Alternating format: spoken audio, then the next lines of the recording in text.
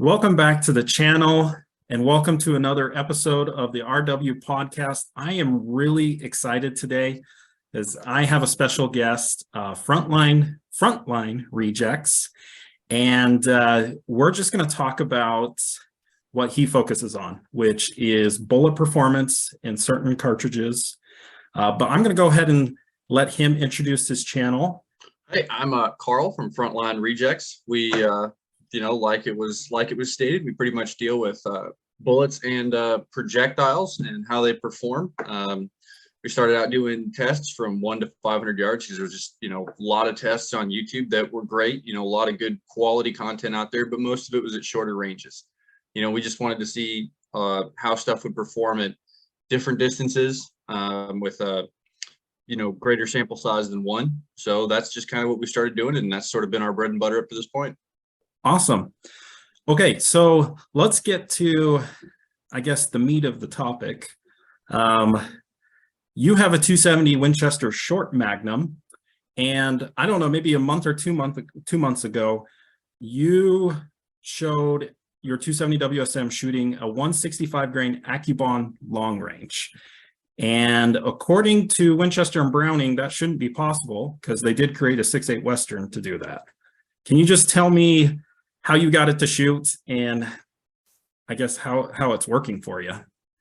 Yeah, so like a little bit of background on the gun. It's a Winchester Model 70, and it's the Ultimate Shadow model from back in like the 2000s.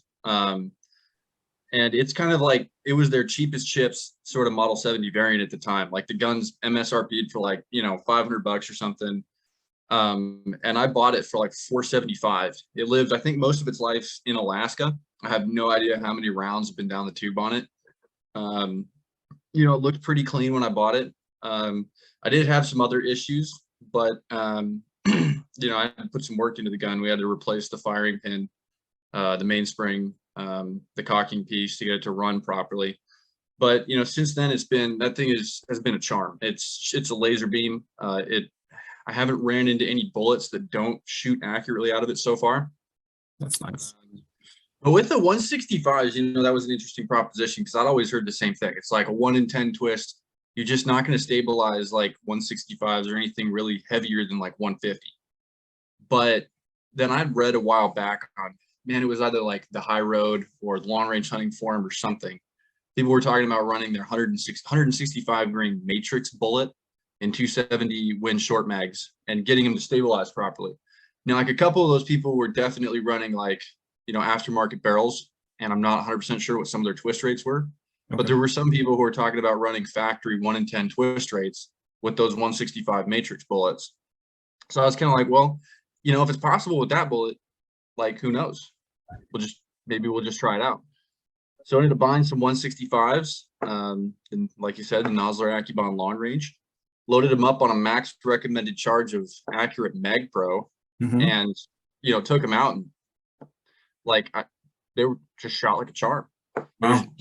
We did zero load development. It was sort of, I don't know if we just got lucky with the exact right powder combo and the exact right bullet. Like, I don't know if you had a different 270 WSM with a 1 in 10 twist rate. I don't know if it would stabilize that bullet fine. It might just be some combo of that gun with that chamber and like just happened to be magic. Okay. So I know elevation can help with the higher BC bullets. I mean, if I've gone onto the Berger website, and I have a 270 Winchester, and apparently if I really wanted to, they would stabilize like a 170 grain at like 9 or 10,000 feet of elevation. But I don't really feel like going up to the mountains to do some range testing. But what elevation were you shooting these bullets at? 1900. Okay, so not even close. Nope. It should not be able to stabilize it. Yeah, shouldn't be. Okay. So does this kind of make the 6.8 Western obsolete? I don't know. Well, I think the benefit of the 6.8 is you can still go up to those like 175s. Yeah. Like, we definitely have not tried doing any work with 175 grain bullets in the rifle. Maybe we will. I don't know. No, the 6.8 Western's a great cartridge though. I like it. If I ever do end up parting with my 270 WSM, it would probably only be because I was going to a 6.8 in a rifle that I really wanted it in. Okay. So Awesome. All right, so I just have a few more questions for you because your specialty is hunting bullets. I want to know, what is the one bullet that you feel like you can always rely on and is your favorite? My favorite. So my favorite bullet. So my favorite bullet isn't the bullet that I even hunt with the most. Okay. Which is interesting. The bullet I hunt with the most is going to be 130 grain Barnes TTSX. But I think if I had to say like my favorite bullet, like there'd be a couple of criteria that I'd set for that. Like it would be a bullet that I knew performed well. It would be a bullet that I could get in as many different bore diameters and grain weights as I wanted. And it would be a bullet that would have a supply chain behind it that made it feasible to source it when it's like tough to get other stuff. Specifically, like the pandemic definitely showed us kind of like some of what the supply chain was like for a lot of bullet manufacturers. You know, like it was really tough to get some bullets, and the other bullets you could find easily. Like pretty much, you know, even at the height of the pandemic, I could go to any gun store and find like Sierra match kits, you know, which is great if you're shooting target stuff, but other stuff like a lot of federal ammunition was harder to find. So if I was going to pick like my favorite bullet, I think it would be the Nosler Accubond. Okay. Specifically because across all the bore diameters that it's offered in and all the grain weights it's offered in, there's 29 different Accubonds you can get your hands on. If you compare that to like say Federal's Terminal Ascent, they only offer it in 5 bore diameters and you know, grain weights. So you have that versatility. Like if you start shooting, you know, say you start hunting, you're running like a 308, you've got like a 150 grain Accubond. But like say, you know, a few years down the road, you start to get into some different calibers. You know, you want to get a little bit more interesting. Like if that Accubond's worked well for you, you can pretty much get an Accubond at anything that you're going to be running. And it's probably going to work pretty consistently the same when you switch between different bore diameters and different grain weights. That's my hunting load, and it's a 200 grain Accubond. So I saw that in the background. I was like, ooh, she's pretty. Yeah. Okay, so that's one of my favorite bullets. The other one that I really love is the LRX Barnes bullet. So you know, the only negative I've heard about the LRX, and this has not been the case for me yet, is that some people have wonky accuracy stuff with like some guns. And I don't know if that's just there's a few guns out there that just don't seem to like them. But you know, the only reason that like for my favorite bullet, or like I think like the best all-around bullet, I don't pick a monolithic is because I think like monolithics require a little bit more than generalized knowledge to get them to work as, you know, like at an optimized performance level. So I definitely think like monolithics, or especially some of the modern ones, like the LRX is just a fantastic bullet.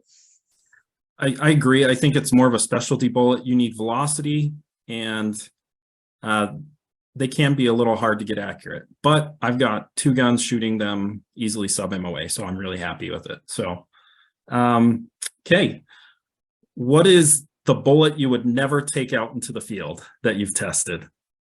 So again, if I'm setting criteria here, it's going to be like the bullet that acts the least consistent, right?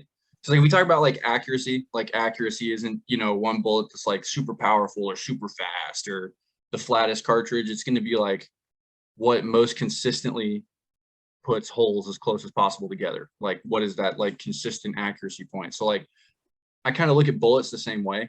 Like even if a bullet may not perform as well as another one, if it performs more consistently, then I'm going to like it a little bit more. And the one bullet that I think has performed the least bit consistently is the Sierra Game King. And the Sierra Match King is my go-to match bullet. Like if I'm shooting, you know, if I'm just trying to ring steel, I'm going to be running a Sierra Match King.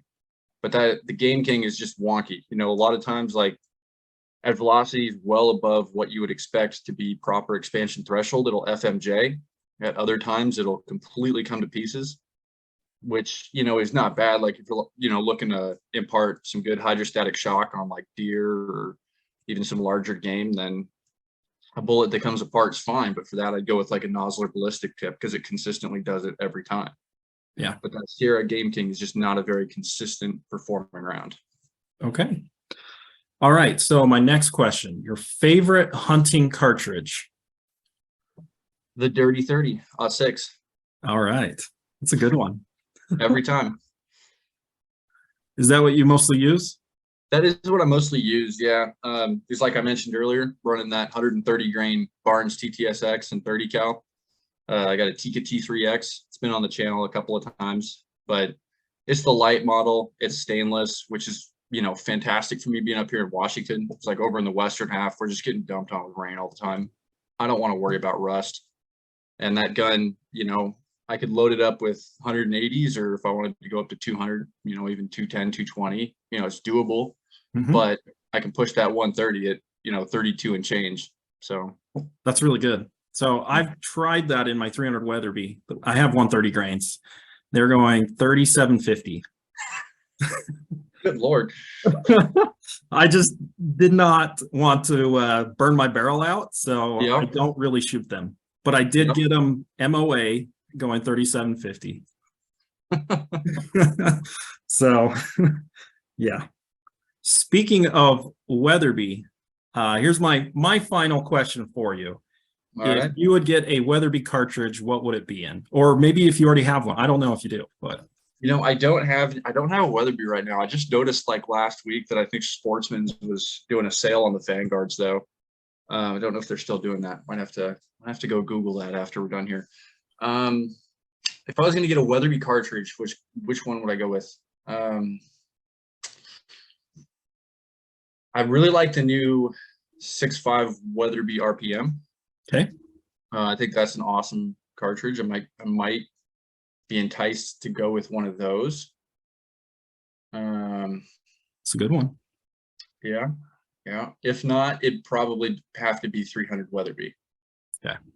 Because there's actually like you actually get a noticeable performance increase there over a 300 Win Mag.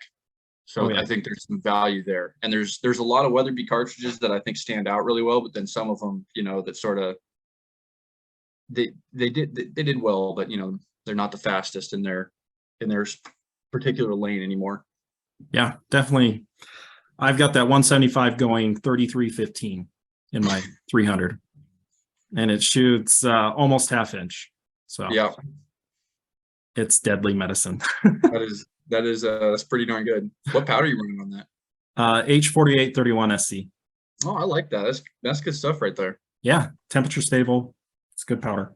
I run that in the 270 Wisdom. I don't get the best velocities with it. Like if I'm going to max velocity, I'll probably go with Mag Pro. But I hear what you're saying. I really do like the temperature stability of it. Yeah. And the funny thing is, it's not even a max load, and it's like going way faster than what the books say. But it's with the 20. The books are with the 24-inch barrels. I don't know. What do you run it at? 26 or 26? Yeah. How many barrels have you gone through? None. None? Really? Wow. I've had the rifle for 3 years, almost 3 years. I've probably put 200 rounds through it. So. Oh, yeah. Okay. I'm hoping to get another, I doubt it, but maybe another 800 or 800 more rounds, maybe. I don't know. I do shoot it pretty hot, so. I'm putting together a 28 Nosler right now, and I'm staring down the barrel of that myself. Like my life's gonna be like 600 rounds, and then this barrel's done. So, yeah. Awesome. Well, thank you so much, Carl, for coming on. Really love your channel, guys. If you don't know about Frontline Rejects, he does some of the best bullet experiment videos on YouTube. He does some awesome stuff. He shoots all certain types of cartridges. I know you did 308, 30-06, 270 WSM, probably 6.5 Creedmoor too. Oh yeah. And all the bullets that you can get, and it's just really high quality stuff. So please go subscribe to him, and thank you so much, guys, and have a great day.